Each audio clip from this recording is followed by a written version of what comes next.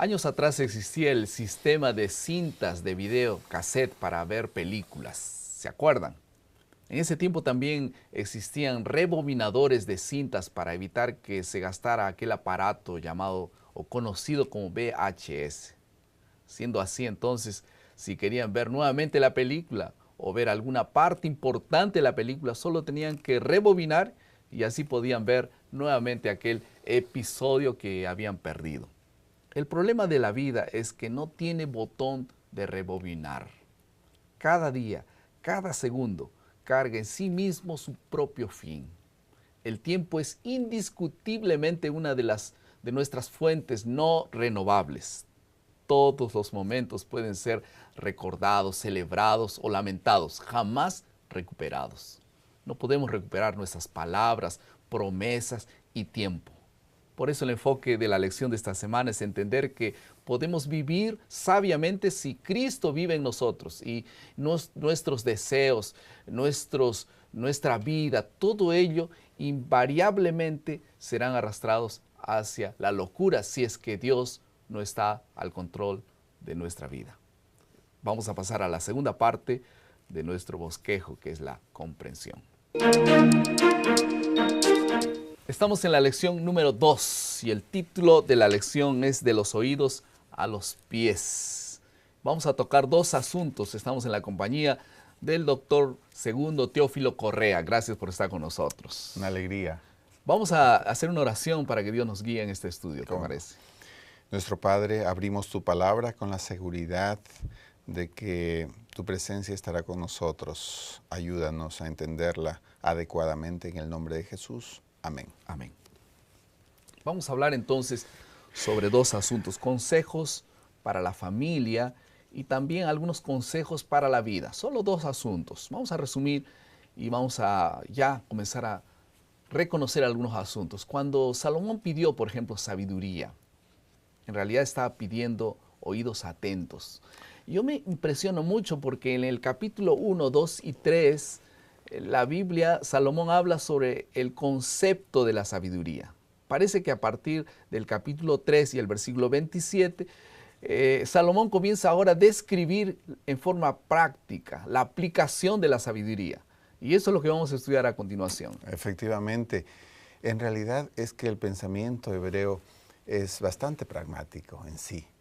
En realidad lo abstracto como que queda un poquito lejos de las ideas de los autores hebreos. Entonces, cuando se habla de prestar oído o inclinar el oído, es en realidad tomar atención. Es bonito, ¿no? Inclinar el oído.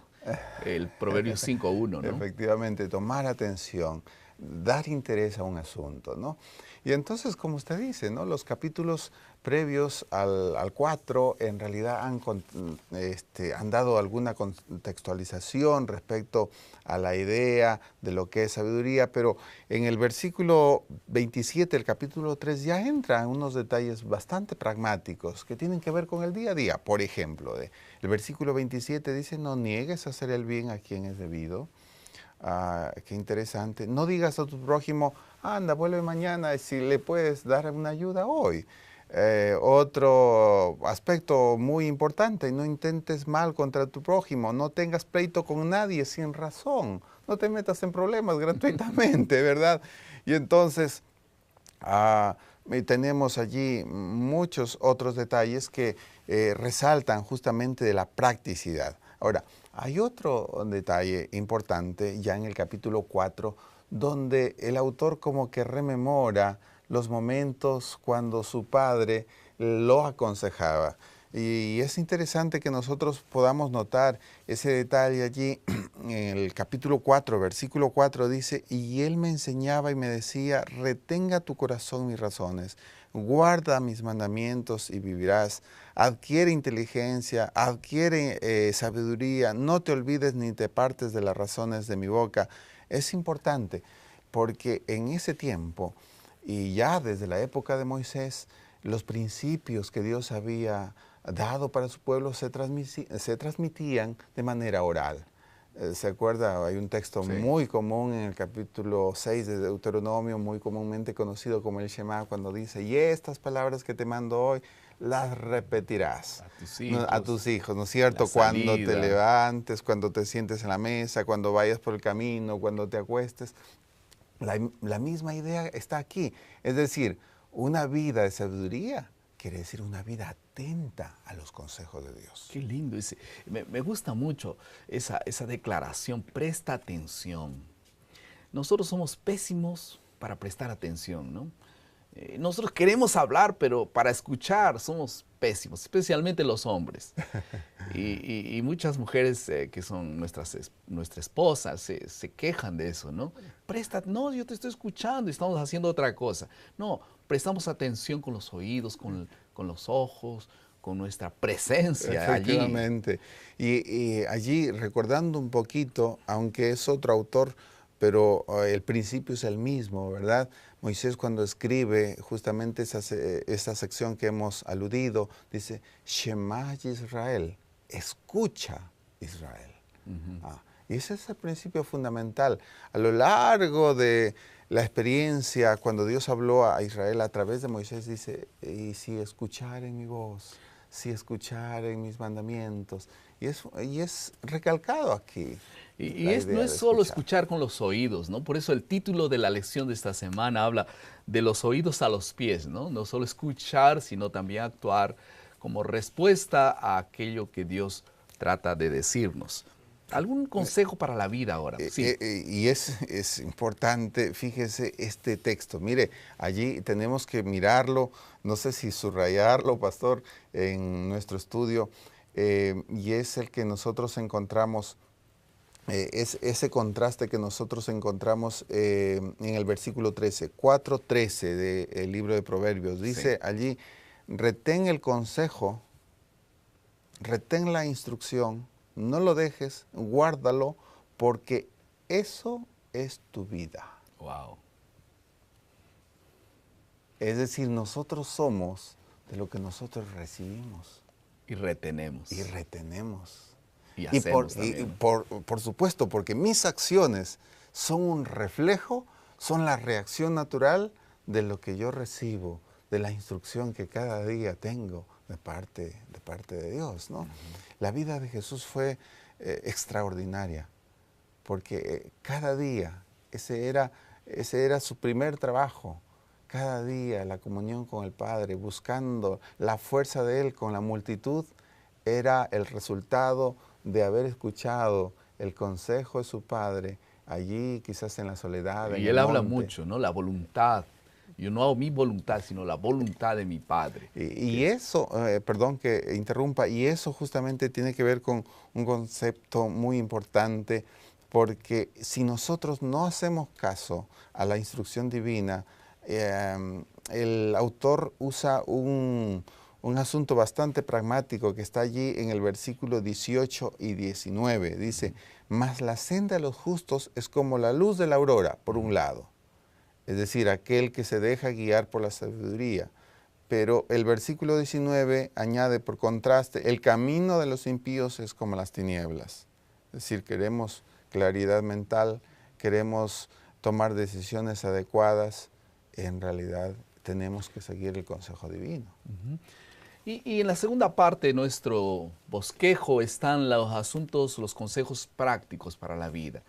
Algunos consejos que él los dice así con toda claridad. Por ejemplo, el acto de fiar, de prestar dinero, de hacer promesas impensadas, es muy peligroso, ¿no? Eh, hay una idea que está registrada aquí, yo creo que en el versículo 1 del capítulo 5, dice allí la expresión, hijo mío, está atento a mi sabiduría y a mi inteligencia, inclina tu oído. Otras versiones dice, da oído a mi prudencia, porque en realidad necesitamos Prudencia. eso, prudencia, criterio. Muchas veces nos dejamos llevar Por la las emoción. circunstancias, la emoción.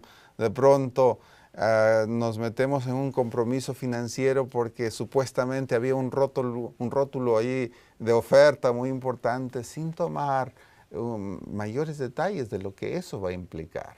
Entonces, la vida en Cristo, la vida de una persona que es guiada por el Señor, envuelve todos esos aspectos de la vida.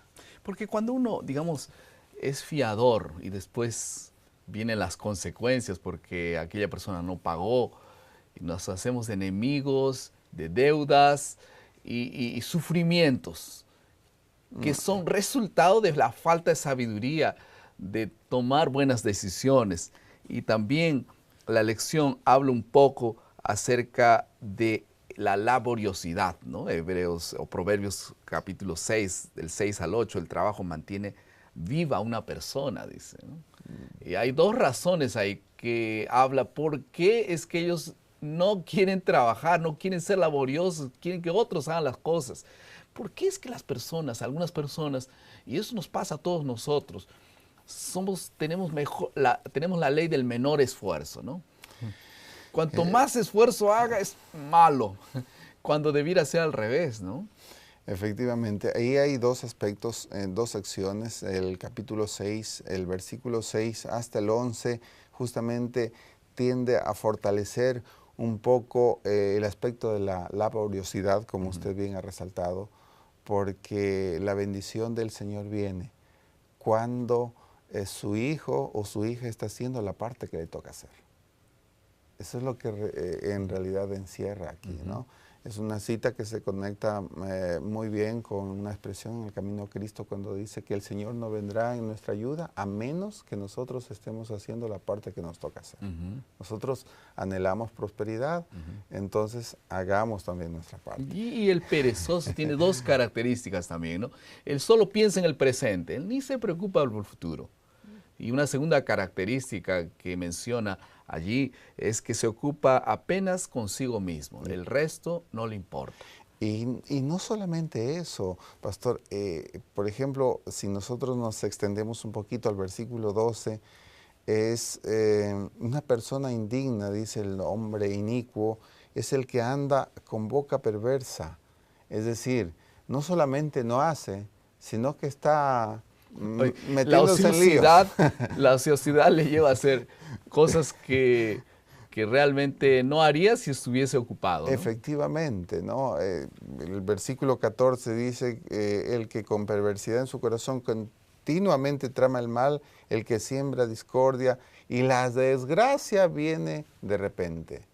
Es decir, el trabajo es una fuente de bendición, porque no solamente retribuye en bienestar, sino que también nos libra de situaciones que con una mente ociosa, con un cuerpo, digamos, solamente buscando lo placentero, en realidad trae unas consecuencias terribles, ¿no? Otro detalle que quizás, no sé si lo pasamos por alto, es justamente lo que denota en el capítulo 5, cuando nos dice que nosotros deberíamos tener cuidado inclusive con nuestras relaciones con alguien que en realidad no es nuestro cónyuge, ¿no? ¿Cierto? Y allí nosotros deberíamos considerar un texto, no sé si podemos ir rapidito un poquito atrás, el versículo 21 dice, hijo mío, no se aparten estas cosas de tus ojos, guarda la ley y el consejo y será vida a tu alma. Si nosotros seguimos las instrucciones, nosotros vamos a disfrutar de ese aspecto que Dios quiere que vivamos en plenitud de vida. Amén. Vamos a pasar a la tercera parte de nuestro bosquejo, que es la aplicación. La única manera de vigilar nuestras palabras, nuestra mente, nuestros actos, es cuando permitimos que Dios se haga cargo de nuestro corazón. Por eso el acto más importante de la vida es ofrecerle nuestra vida, nuestra mente, nuestro corazón. Entonces, como Pablo dijo, ya no vivo yo, mas Cristo vive en mí. Pero eso no ocurre si tú no tienes un encuentro diario con Dios. Por eso es tan importante poder tener hábitos espirituales diarios y personales. Una segunda aplicación. En el versículo 23 del capítulo 4 dice, sobre todas las cosas guardadas, sobre toda cosa guardada, guarda tu corazón, porque de él mana la vida. El corazón se ha ligado con el asiento, las emociones, la mente muchas veces, y mucho de lo que pasa en nuestra vida depende de lo que nosotros ponemos allí. Tengamos cuidado con los pensamientos, con las cosas que permitimos que lleguen a nuestra mente. Amén. Vamos a pasar ahora a escuchar un resumen de lo que el autor Jacques Ducan piensa sobre la lección de esta semana. Pienso que la respuesta para la primera pregunta, ¿de dónde viene el deseo de ser sabio? Ese deseo viene simplemente de la necesidad de ser sabio. En realidad viene por la experiencia de la necesidad de ser sabio. Experiencia de fracaso cuando tú hiciste algo en que no fuiste sabio y como resultado tú fracasaste. Entonces tú te concientizas de la necesidad por la sabiduría. No es un deseo que viene de la nada. Yo quiero ser sabio, yo quiero tener éxito. En la realidad no existe conexión entre sabiduría y éxito. Tú puedes ser sabio y no tener éxito, y tú puedes tener éxito y no ser sabio. Interesante que Salomón habla sobre eso en otro libro. Él se refiere al pobre como hombre sabio y al rey como un tonto. Entonces es posible tener éxito y ser tonto, y ser pobre y al mismo tiempo ser sabio. Sabiduría no tiene nada que ver con éxito, no es una garantía de tener éxito, es una garantía de ser sabio. Y esto debe ser suficiente. Elena de White comenta que una de las características o principales causas de ineficiencia mental y flaqueza moral es la falta de concentración, la falta de atención a las cosas de Dios. Con inmensa cantidad de materiales impresos, adultos y jóvenes forman el hábito de la lectura apresurada y superficial, y la mente pierde su capacidad para un pensamiento continuo y vigoroso. Concentración, calma y oración son necesarios para aprovechar bien los momentos de la lectura diaria de la Biblia y la lección de la escuela sabática. Y así entonces el alimento sea bien aprovechado para vivir sabiamente. ¿Qué te parece si una vez más reiteramos nuestra decisión de buscar a Dios, su palabra, para fortalecer nuestra mente, nuestras decisiones y nuestro deseo de hacer la voluntad de Dios? Vamos a orar. Querido Padre, muchas gracias por tu palabra. Fortalece, Señor, en nuestro corazón el deseo de hacer siempre tu voluntad y que podamos buscarte cada día para que podamos ser sabios y escondernos detrás de la gran sabiduría que eres tú, Señor. En el nombre de Jesús.